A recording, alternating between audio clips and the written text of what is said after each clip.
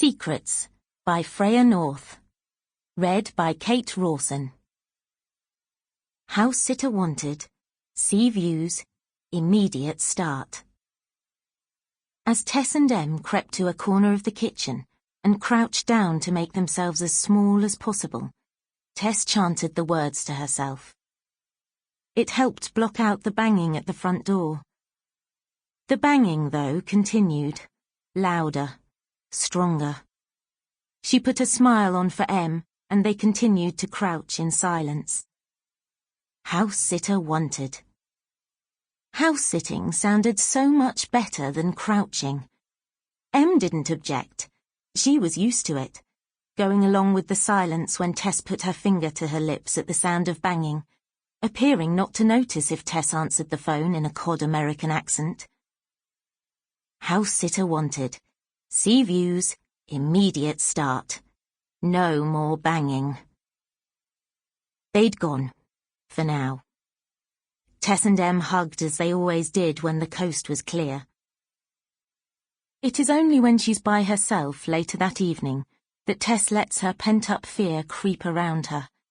She tries desperately to stifle sobs, because if she starts, she won't be able to stop. Her eyes alight on the newspaper she'd found on the tube home from work. She is happy to be seduced by the serendipity that, amongst the scatter of free London papers, the one on her seat was the Cleveland Gazette. She thumbs through it with urgency. There. The house with sea views in need of a house-sitter. The phone number underneath looms large. Did it matter that she didn't know where Cleveland was? Any distance from here had to be a journey worth making. Hello, my name is Tess, and I'm phoning about the ad. Could you tell me more? Joe pauses. Isn't he on the verge of offering the position to Mrs. Dunn? Well, I just need someone to oversee the old place when I'm not here. I work away from home mostly. It's old. It was more a term of affection. Detached, Victorian, 6 bedrooms. Oh. Tess wonders if affection can ever be detached. Where is it exactly? Saltburn. Saltburn? On the outskirts, the Loftus Road. The pay isn't much, but I'm offering a long-term position. Hello? Tess is computing. Is there a garden? Of course. You didn't put it in the ad. No. I thought Sea Views would clinch it. Is it a big garden? A good half an acre. Do you want to come and see it? I'll leave first thing and be with you whenever. From? London. London? You do know you're talking a 6-hour drive on a Friday, and the weather's meant to be vile tomorrow, even for March. That won't matter to me. Thank you so much. You won't regret your decision. Joe frantically replays the conversation to see just when he'd implied he'd given her the job, but she's already hung up.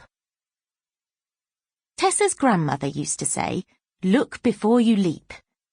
What Tess knows is that she's desperate, but Saltburn is a long way from London, and that's a start. Had Tess known running away could be such a good idea, she'd have considered it much sooner.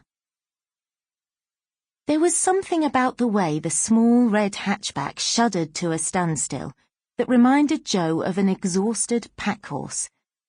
He watched through the window of his study, through the tangle of honeysuckle branches. Eventually, a woman climbed out. She stared and stared at the house, while still clinging to the open door as if it was a shield. Joe was prepared for this not to be Tess. She looked nothing like the people who had house-sat for him in the past. But now she was walking around to the other side of the car, opening the door, leaning in, rummaging.